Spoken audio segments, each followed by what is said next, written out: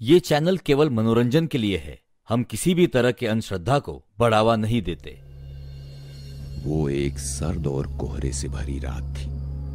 लखनपुर गांव का इलाका पूरी तरह से सुनसान पड़ा था। हल्की सर्द हवाएं चल रही थीं। लखनपुर गांव से सटे रेलवे स्टेशन पर लखनऊ से चलकर आने वाली आखिरी ट्रेन आकर रुकी, जिसमें से सोमनाथ उतरा।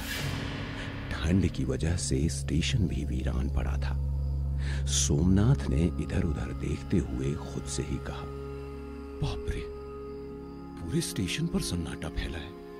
देखता हूं बाहर कोई सवारी गाड़ी मिल जाए जो मुझे गांव तक छोड़ दे। इतना कहते हुए सोमनाथ ने अपना सामान उठाया और बाहर की ओर निकला। बाहर कोई भी सवारी गाड़ी नहीं थी, इसलिए वो पैदल ही चल पड़ा। नए कपड़े, कपड़ों पर इत्र और हाथों में मिठाई का डब्बा लिए सोमनाथ अपनी मस्ती में गांव की तरफ जा रहा था कि तभी उसे पीछे से किसी के पायलों की आवाज सुनाई दी। सोमनाथ चौंक पड़ा। उसने पीछे मुड़कर देखा, मगर वहां कोई नहीं था। इसे अपना वहम मानकर सोमनाथ दोबारा आगे बढ़ा, मगर कुछ और कदम चलने के बाद उसे एहसास हुआ पायल बजने के साथ साथ किसी औरत के हंसने की भी आवाज आ रही थी।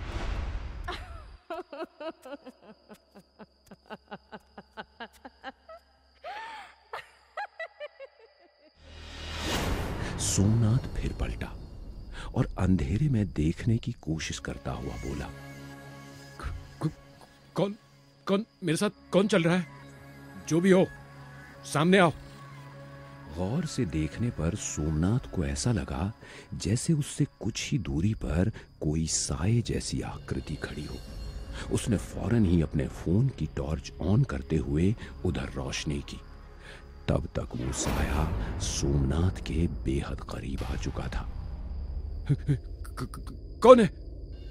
उसने देखा एक जवान औरत लाल साड़ी पहने उसके ठीक सामने खड़ी थी, जो देखने में बला की खूबसूरत थी।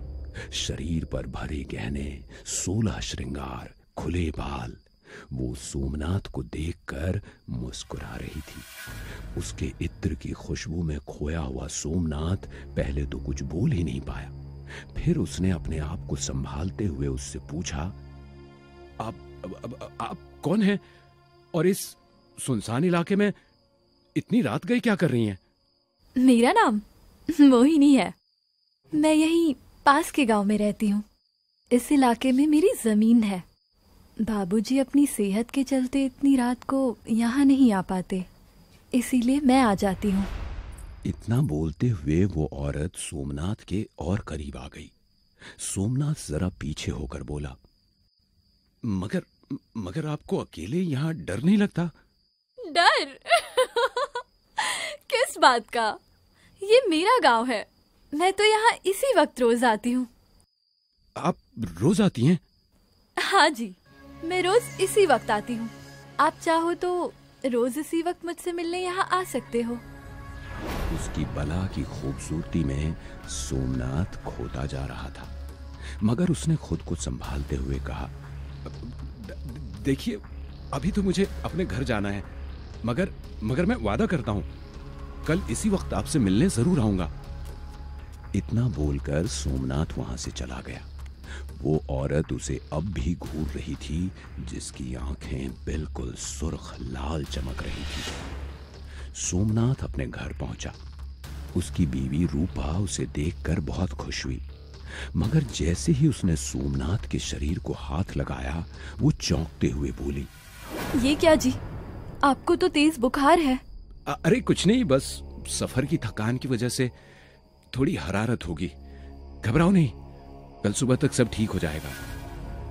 सोमनाथ और उसकी बीवी को कोई अंदाजा नहीं था कि जिसे वो मामूली बुखार समझ रहे थे, वो असल में गहरे सम्मोहन का असर था। अगली सुबह सोमनाथ उठकर सभी से मिला जुला, अपना पूरा गांव घूमा, मगर जब भी वो अकेले में बैठता तो वो मोहिनी के बारे में सोचता रहता।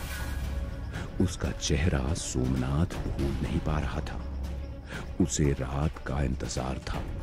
सोमनाथ ने किसी तरह दिन गुजारा। रात के वक्त सोमनाथ एक बरगद के पेड़ के नीचे मोहिनी से मिला। वो उससे बहुत जल्दी घुल मिल गई थी। दोनों बरगद के पेड़ के नीचे काफी देर तक बैठकर बातें करते रहे। फिर मोहिनी ने सोमनाथ को अपने गले से लगा लिया। सोमनाथ उसके आगोश में आते ही बिल्कुल खो सा गया। मोहिनी उसे एक नशे जैसी महसूस हो रही थी। रात ने अपना चौथा पहर बिता दिया था। भोर होने वाली थी। उधर सोमनाथ की बीवी रात भर से काफी परेशान थी। उसे समझ नहीं आ रहा था कि आखिर सोमनाथ कहाँ था। इधर सोमनाथ ने अपनी आंखें खोली। वो उस बरगद के पेड़ के चबूतरे पर अकेला लेटा था। उसने चारों तरफ नजरें घुमाई मगर वहां मोहिनी कहीं भी नहीं थी।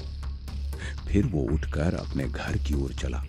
उसे काफी कमजोरी महसूस हो रही थी। भोर होते होते सोमनाथ अपने घर पहुंच चुका था। उसने देखा उसकी बीवी काफी परेशान थी। मगर जब उसने उससे पूछा कि आखिर वो रात भर कहां था तो सोमनाथ ने बहाना बनाते हुए कहा, अब वो रात काफी हो जाने के कारण मैं अपने एक दोस्त के घर रुक गया था। उसकी बीवी अभी भी परेशान थी क्योंकि उसे कुछ गड़बड़ लग रही थी। दोनों बातें कर ही रहे थे कि तभी उसकी बीवी की नजर सोमनाथ के गर्दन पर गई, जहां किसी चीज के चुभने के गहरे निशान थे। धीरे धीरे इस घटना को लगभग 10 दिन गुजर गए। सोमनाथ रोज रात घर से बाहर चला जाता था और भोर होते वापस आता था, जिसे लेकर उसकी बीवी से रोज झगड़ा होता था। सोमनाथ काफी कमजोर, बीमार और चिड़चिड़ा हो चुका था। एक रात सोमनाथ मोहिनी के साथ रात के वक्त उसी बरगद के पेड़ के नीचे बैठा था। वो काफी कमजोर लग रहा था। उसने अपनी कांपती आवाज में कहा, मोहिनी, मेरी बीवी को शक हो चुका है। वो हम दोनों को कभी एक नहीं होने देगी। इसलिए मैं चाहता हूं कि तुम मेरे साथ शहर चलो। हम वहां साथ रहेंगे। इसकी जरूरत नहीं पड़ेगी सोमनाथ, क्योंकि आज के बाद तुम हमेशा के लिए मेरे हो जाओगे। इतना बोलते हुए उसने सोमनाथ को अपने गले लगाया। उसका चेहरा काफी डरावना नजर आ रहा था। उसने अपने नुकीले दांत सोमनाथ की गर्दन में चुभा दिए और उसका खून चूसने लगी। आज 11वां दिन था। मोहिनी उसके जिस्म पर कब्जा करने वाली थी।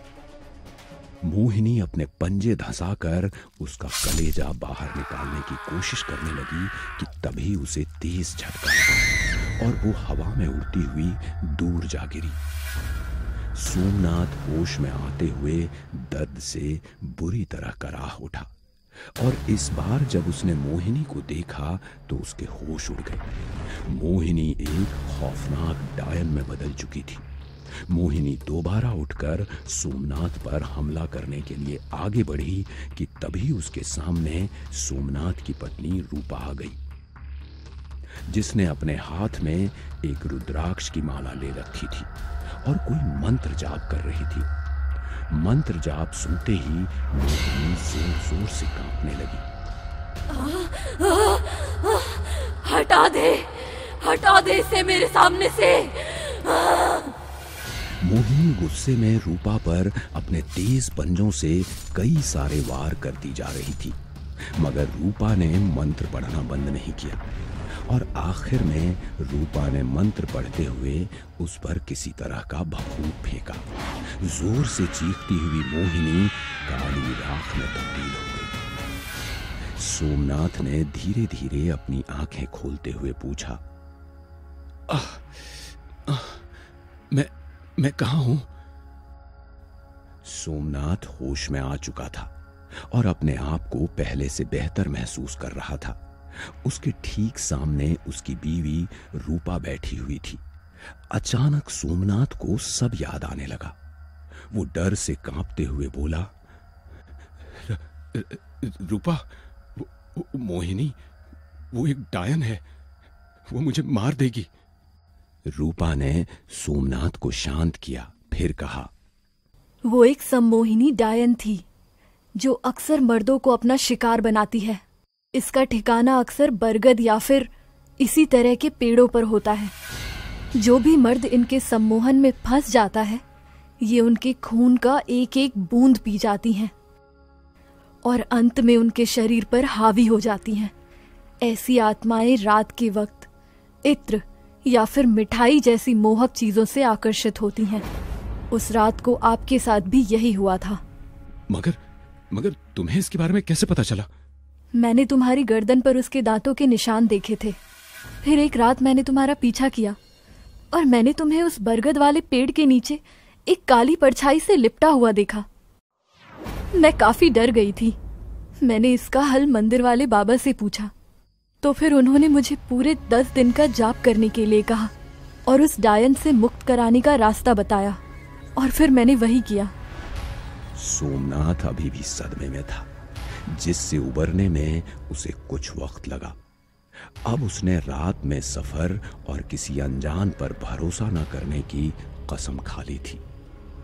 मगर उत्तर भारत के जंगलों और बागों में मौजूद किसी बरगद या फिर पीपल के पेड़ पर बैठी सम्मोहिनी आज भी अपने अगले शिकार का इंतजार कर रही है। हेलो दोस्तों, अब स्कल टेल्स की कहानियां आप स्पॉटिफाई पर भी सुन सकते हैं। हर थर्सडे एक नई कहानी। नीचे आपको स्पॉटिफाई की लिंक दी गई है, आप हमें जरूर फॉलो कीजिए।